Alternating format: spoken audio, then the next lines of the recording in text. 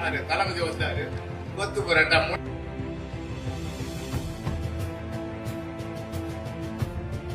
ஸ்டாலின் அவங்க அப்பாவே தப்பு வச்சு எல்லாரும் என்ன சொல்லுவாங்கன்னா நாங்க சொல்றதை செஞ்சுட்டோம், நாங்க சொல்றதை செய்வோம், சொல்லாததையும் செய்வோம். உங்களுக்கு தெரியும் நான் யாரு கூட இருந்தேன், நான் ஃபுல்லா திருட்டு பத்து கொடுக்க இருந்தேன். இன்னைக்கு சொல்லாத செஞ்சது, சொல்றதே செஞ்சது. அதுக்கு உதாரணம் யாருன்னா எங்க மாவட்டம்.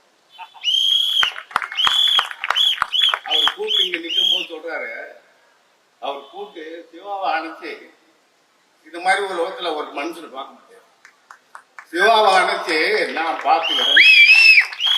நீங்க பார்த்துக்கினாரா? தமிழ்நாட்டு வீடு வசதித்துறை தலைவரா கொடுத்துட்டாரா? இப்ப அவர் அமைச்சர் ஆயிட்டாரா? அதான் சொல்றதை செய்யறதுக்கு ஒரே தலைவர் நம்முடைய தலைவர் தான்.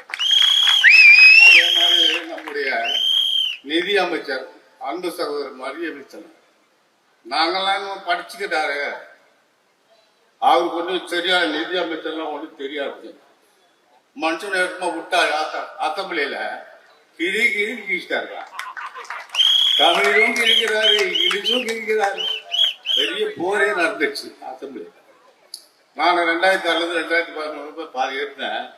இது மாதிரி ஒரு நிதி அமைச்சர் பாரு எல்லாம் என்ன சொன்னாங்க, என்னப்பா அவங்க ஒண்ணு தெரியாது, படிச்சவரு, அவருக்கு நிதியை பத்தி எப்படி தெரியல, அக்கி விட்டா 10 பைசால இருந்து அந்த ஒரே ஒரு பைசா கணக்கு பூரா சொல்றேன்.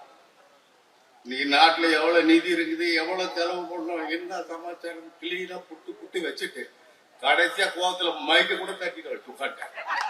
பாத்தீங்களா டிவில? அதான் நிதி அமைச்சர். நம்முடைய கினோரா தான் இன்னும் கொஞ்சம் விட்டாரு, கொஞ்சம் நெகிந்தாருன்னா போடு அவளையும் போட்டுக்கலாம்.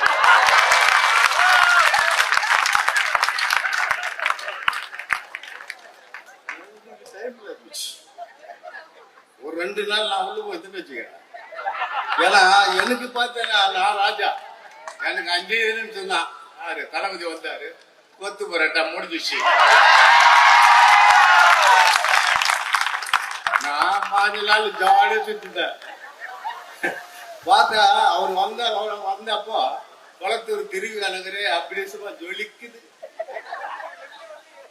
25,000 30,000 பேர் இருப்பாங்க. நான் அன்னைக்கே சொல்லிட்டேன், நான் ஜெயிச்சிட்டேன், முடிஞ்சு வச்சா யாரா இருந்தா நாக்குது.